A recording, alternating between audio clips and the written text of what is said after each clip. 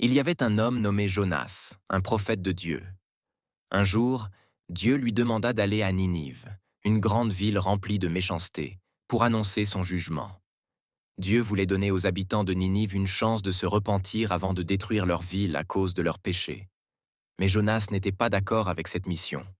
Il savait que Dieu était miséricordieux et craignait que les habitants de Ninive se repentent et soient épargnés. Plutôt que d'obéir, Jonas décida de fuir dans la direction opposée. Il embarqua sur un navire en partance pour Tarsis, une ville lointaine, pour s'éloigner le plus possible de Ninive et de la mission que Dieu lui avait confiée. Mais Dieu envoya une violente tempête sur la mer, et le navire se retrouva en grand danger. Les marins, effrayés, prièrent en chacun leur Dieu et jetèrent la cargaison par-dessus bord pour alléger le bateau. Pendant ce temps, Jonas dormait profondément dans la cale. Le capitaine du navire vint le réveiller et lui demanda de prier son Dieu pour leur salut.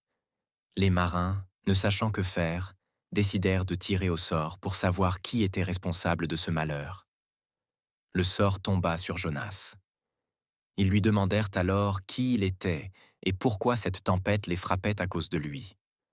Jonas répondit qu'il était un Hébreu, qu'il craignait le Seigneur, le Dieu des cieux qui a fait la mer et la terre, et qu'il fuyait la mission que Dieu lui avait donnée. Les marins, terrifiés, demandèrent à Jonas ce qu'ils devaient en faire pour calmer la mer. Jonas leur dit de le jeter par-dessus bord, car il savait que la tempête était de sa faute. Au départ, les marins refusèrent, essayant plutôt de ramer vers la terre, mais la mer devenait de plus en plus agitée. Finalement, ils prièrent le Seigneur de ne pas les tenir pour responsables de la mort de Jonas, puis ils le jetèrent à la mer.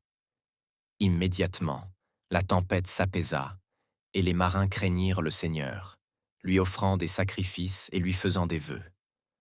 Pendant ce temps, Dieu envoya un grand poisson pour avaler Jonas. Il resta 3 jours et 3 nuits dans le ventre du poisson, priant Dieu avec repentir. Jonas reconnut ses fautes et demanda pardon. Dieu ordonna alors au poisson de vomir Jonas sur le rivage. Dieu s'adressa à Jonas une seconde fois et lui ordonna d'aller à Ninive pour proclamer le message qu'il lui avait donné. Cette fois, Jonas obéit. Il alla à Ninive et annonça que dans 40 jours, la ville serait détruite à cause de leurs péchés.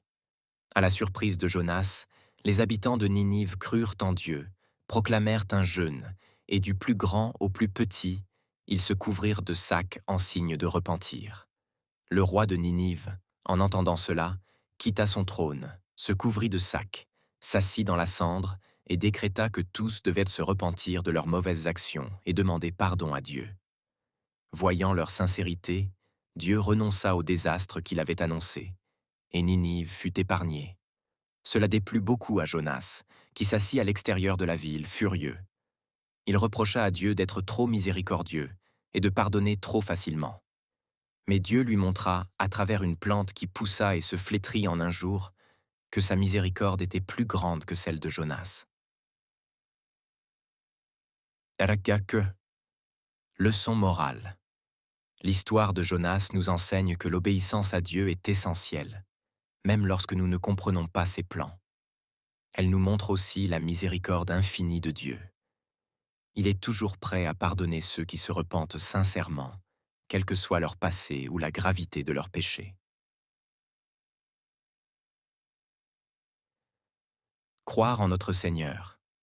Dieu est patient et miséricordieux, prêt à offrir une seconde chance à ceux qui s'égarent.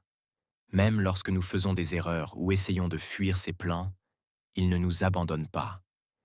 Il nous guide, nous corrige et nous donne l'opportunité de revenir à lui.